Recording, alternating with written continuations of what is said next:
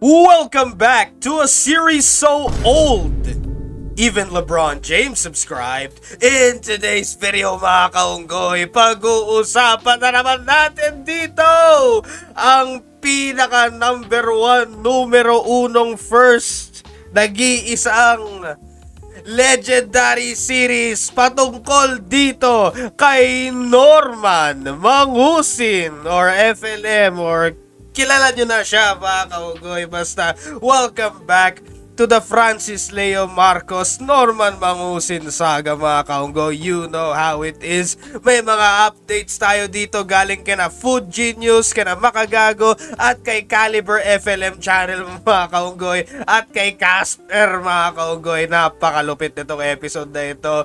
Pang ilan video na po natin to mga kaunggoy, hindi ko na po mabilang, pero ang dami na. Ang dami ng video patungkol dito kay Norman Mangusin or kay FLM mga kaunggoy. You know how it is.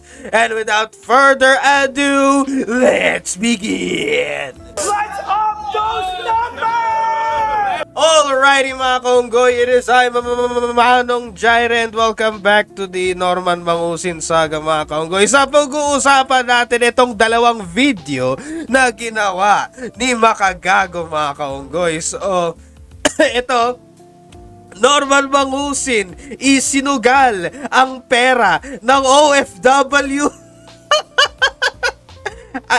Di ko alam kung saan to, kung sa Okada ba to or kung saan ba. Basta, actually parang Okada to, parang familiar eh. Ngayon tatanungin nyo, saan niya nakuha yung pera para pang sugal? Para para mag-Okada, para mag-casino mga kaunggoy. Saan niya kaya siguro nakukuha yung pera pang sugal mga kaunggoy? And nananalo ba siya sa pagsusugal niya mga kaunggoy? Very interesting lang mga kaunggoy. Isipin nyo yun, ang dami niyang hinaharap na kaso. Alam nyo ba na bugbog sarado na tayo sa sobrang dami nating hearing? Oo, para akong ginugulpe. Pero sabi ko nga, wala na akong gagawin sa buhay ko kundi ganito, sumagot sa mga kinakaso sa akin. Ang dami niyang hinaharap na bullshit mga kaunggoy, legalities mga kaunggoy.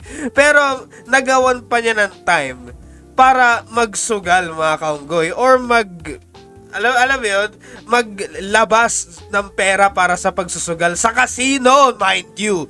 Casino, Okada, mind you, mga kaunggoy. Isipin nyo yun. May pera pa siya para sa mga ganyan. Okay? So, ang sabi ni Makagago, baka yung humanitarian daw niya is yung paglalaro sa casino. At saan galing itong mga pera na ito? Sa bulsa ng maraming OFW na hanggang ngayon nauuto ng tao na ito. Nakakalungkot ba? O talagang hindi na nakakalungkot kasi parang ginugusto na lang talaga nila? Naglalaro siya ng mga slot machines mga kaunggoy. So baka ito yung humanitarian gambling niya na tinatawag mga kaunggoy, no?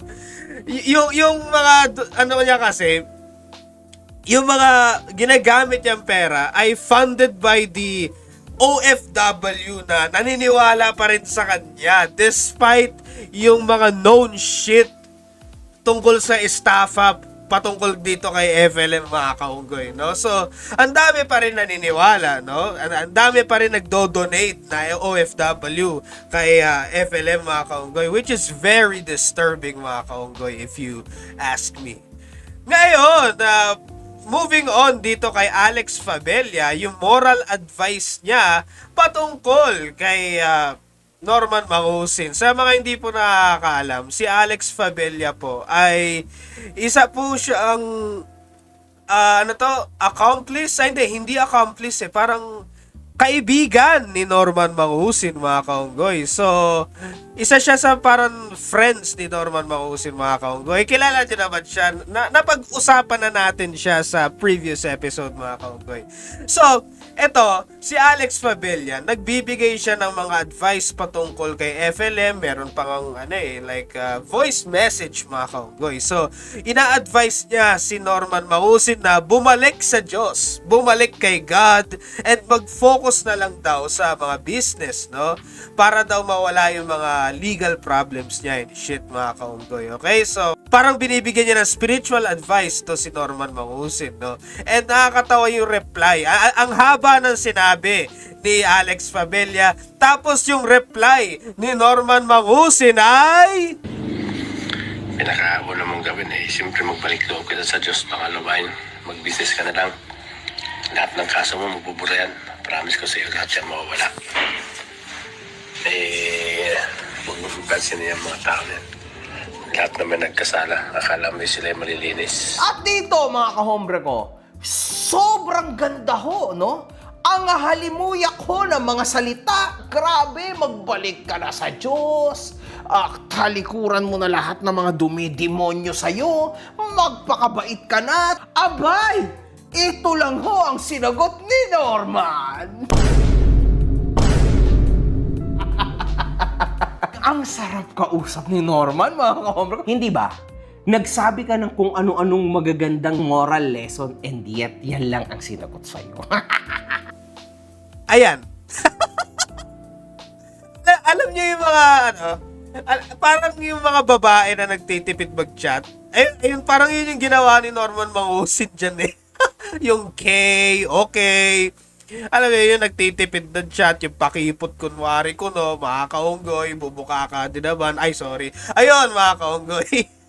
Okay, moving on sa, eto medyo, Hirap ka ba magpalaki? Hirap ka ba magpalaman? Hindi nyo ba nai-hit ang calorie intake nyo per day? Lalo na yung protein intake nyo araw-araw. Hindi nyo ba nai-hit? Busy ba kayo sa buhay ninyo? Well, huwag kayong mag-alala mga kaunggoy dahil ito, Gains Rules, ang tutulong po sa inyo mga kaunggoy. So ano po ang Gains Rules? Well, ito po ay isang mass gainer. And ang nakalagay po dito, Premium Weight Gain Formula mga kaunggoy. Merong 50 grams of protein. Oh, so maganda po ito kung naghahabol kayo. Hinahabol nyo, clutch time na po. Tapos patapos na yung araw, palubog na.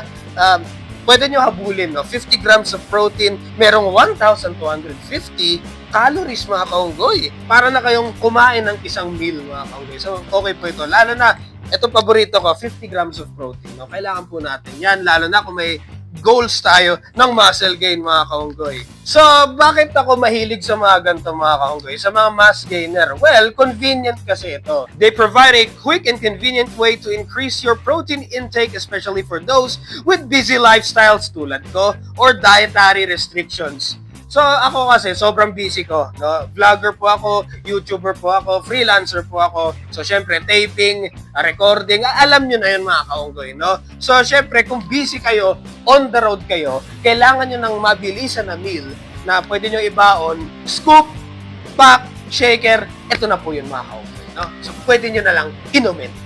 Oh, may flavors din sila mga kaunggoy. Kada flavor, iba't ibang nutritional facts mga kaunggoy. So it varies. So pick your poison, depende po sa inyo. Link down below. Pag pinindot nyo yung link sa ibaba, kayo bahala, pili na lang kayo ng kanya-kanyang flavor. Kung alin gusto nyong flavor doon mga kaunggoy, no?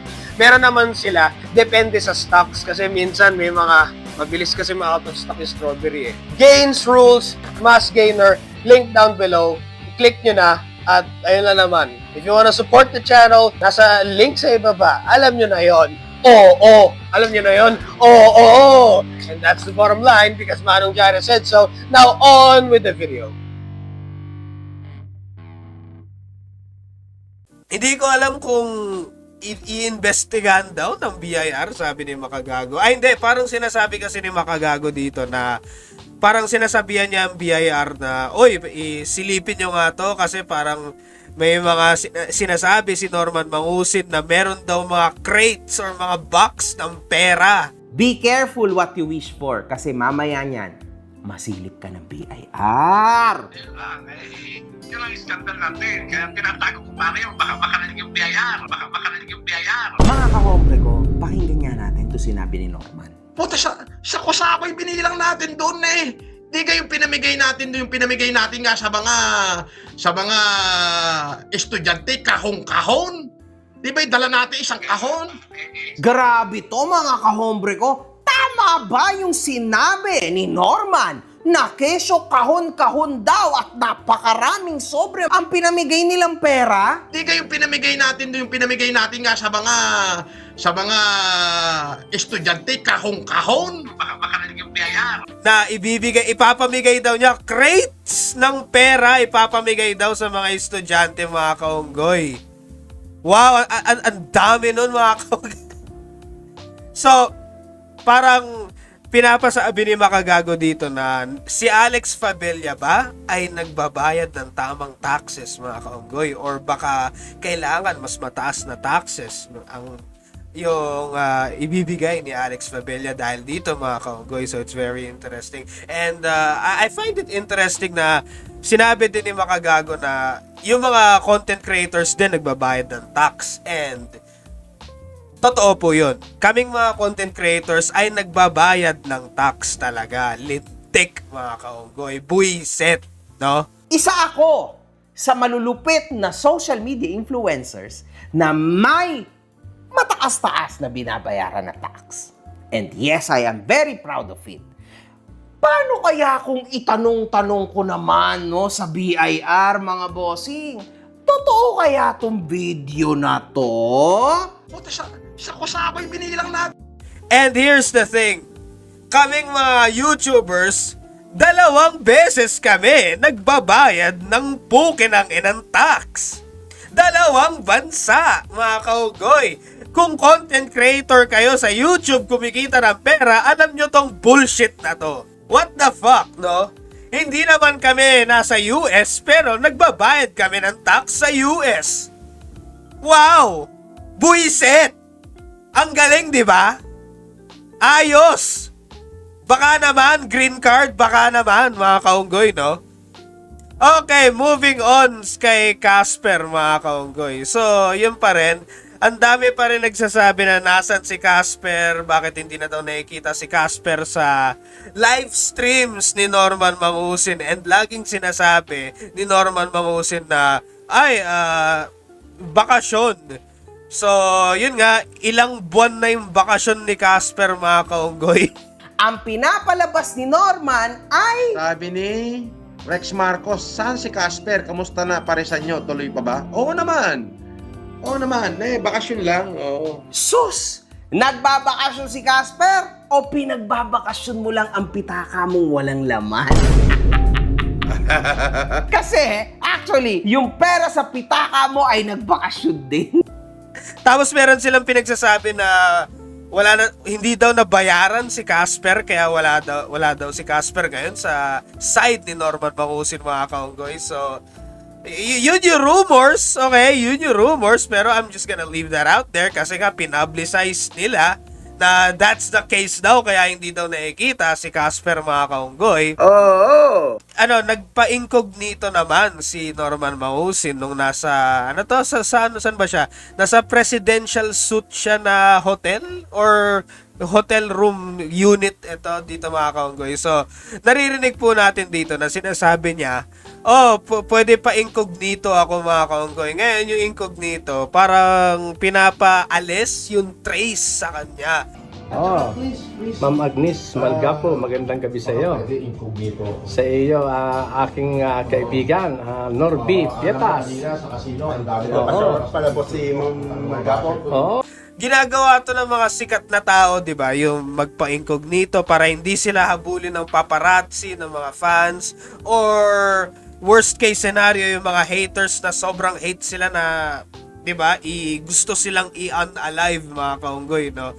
So, I think that's the thing, no, mga kaunggoy. So, okay, moving on sa apparently, si Norman Mangusin may isang ginawang oopsie na matindi, mga kaunggoy. Apparently, si Norman Mangusin, tinatakot niya yung attorney or lawyer ni Makagago, which is a very, very oopsie talaga, mga kaunggoy, no? So, sinasabi ni Makagago, itong specific na lawyer niya or attorney, mga kaunggoy, kilala daw ni Norman Mangusin to, matagal nang kilala ni Norman Mangusin to and kinakatakutan ni Norman Mangusin tong tao na to, mga kaunggoy. Ako ay nag-post ng ganito. Akala ata ni Norman, tataasan ng kahit isang balahibo ang abogado ko sa kanya. You just made this worse for you. Dati personal lang, ngayon personal na. Norman Mangusin, makakaabot to sa'yo, alam ko. Magsimula ka na manginig, may paparating ng dilubyong mga papel sa'yo. Oo! Yang abogado ko na yan, tigas na mukha niyan. Wasak ka dyan, Norman. At ang pinakamasaklap pa, maybe, baka lang, no? Kilala mo yan. Kaya nginig ka. Oo! At yan yun, Norman. Yung abogado ko na yun ang tunay na makakapagpapasok sa'yo sa hoyo. Talaga. Totoong makoconvict ka dito, Norman. And we are actually on it. Ito daw yung sabi ni Makagago, ito daw yung bangungot ni Norman Mangusin, mga kaunggoy, which is very hilarious, mga kaunggoy. Hindi mine-mention ni Makagago kung sino tong attorney na to or lawyer, mga kaunggoy, pero I find it very interesting and nakaka-excite, mga kaunggoy. Like, sino yon? Like, kilala daw ni Norman Mangusin tong attorney na to? Or nightmare daw ni Norman Mangusin itong attorney na to. So, interesting. Yun yung sinabi ni Makagago. Yun daw yung attorney ni Makagago ngayon laban kay Norman Mangusin, and I think that's very interesting, mga kaunggoy. Alright? Ngayon, meron naman ditong part. Si Avi, sino to? Avi Siwa, mga kaunggoy. Isang associate ni Norman Mangusin. So, apparently, itong Avi Siwa na to, nag-grab. And, alleged to meron daw itong si Avi Siwa, nag-grab siya, tapos hindi niya binayaran yung grab. 247 pesos na nga lang, hindi pa niya nabayaran yung grab? Avi Siwa, ako yung grab driver na nasakyan mo kahapon na ayaw mo bayaran. Kapal na mukha mo, animal ka. Sa halagang 247, hindi ka sa akin magbabayad. Tapos nung hindi kita pinababa, pinagmumura mo na ako. Tinadtad mo ako ng mura. Kung hindi ko pa in-stock ang account mo, hindi ko malalaman na scammer ka pala. Legit ka na scammer, animal ka. May kaso ka, ang dami mong kaso, may mugshot ka pa ron. Na 24 oras ka pa. Hinuli ka pa ng NBI. Tapos sa halagang 247, di mo ako babayaran? At dito, makikita natin, mga kahombre ko, na sa halagang 247 pesos lang ho, mga kahombre ko. Ang pagkakaalam ko, yung tulad nila Norman Mangusin or yung mga, yung mga associates ni Norman Mangusin ay dapat dekalibre daw, di ba? Dapat mayaman sila, di ba? Lahat ng kilala ni Norman Mangusin, dekalibre, mayaman. So, para sa kanila, maliit lang dapat na bagay itong 247 pesos na pambayad sa Grab, di ba? Alam mo na nga na magga-Grab ka, di ba? Nag-book ka ng Grab, kitang-kita sa interface ng Grab app na ito yung babayaran mo. Ito yung Grab fare, ito yung fee na kailangan mong bayaran pagbaba. Ngayon, like, it's up to you kung nakikita mo yung fare na like, kung hindi mo naman afford, pwede mo naman hindi i-book, 'di ba? Kasi nakikita mo naman bago mag-book, 'di ba? Ngayon, kung binook mo na 'yon, malamang like for sure meron kang pangbayad, 'di ba? Kaya mo nga tinanggap 'di ba? May option doon na cancel the shit, 'di ba? May option doon. Like, pwede mo naman hindi i-book 'di ba? Nakikita mo naman kung magkano yung magiging presyo ng magiging Grab mo, 'di ba? So bakit mo binook tapos hindi mo pala babayaran? Anyway, ayun lang naman yung bagong update patungkol dito kay Norman Mangusid and Makagago feud. Hanggang ngayon hindi pa natatapos, no? And may sinabi si Makagago sa isang post, hanapin ko pa yun, pero may sinabi siya ata dun sa parang FB page ng mga fans niya, mga kaunggoy. Sinabi niya na wag muna daw ipakulong si Norman Mangusin kasi mawawalan daw tayo ng laruan. And ayun nga, pagkakitaan muna natin si Norman Mangusin, which is, yeah, for real, totoo yun. Pagkakitaan muna natin si Norman Mangusin. Wag nyo munang tapusin yung saga na to, please. Wag muna. Hanggat makabili ako ng mansyon, pwede nyo nang ipasok sa hoyo si Norman Mangusin, no? Sa ngayon, wag muna. Hanggat makabili ako ng mansyon, ipagpatuloy nyo itong mga Norman Mangusin saga, mga kaunggoy, para masaya. Alright? And that's the bottom line because Manong Jaira said so. I gotta head out.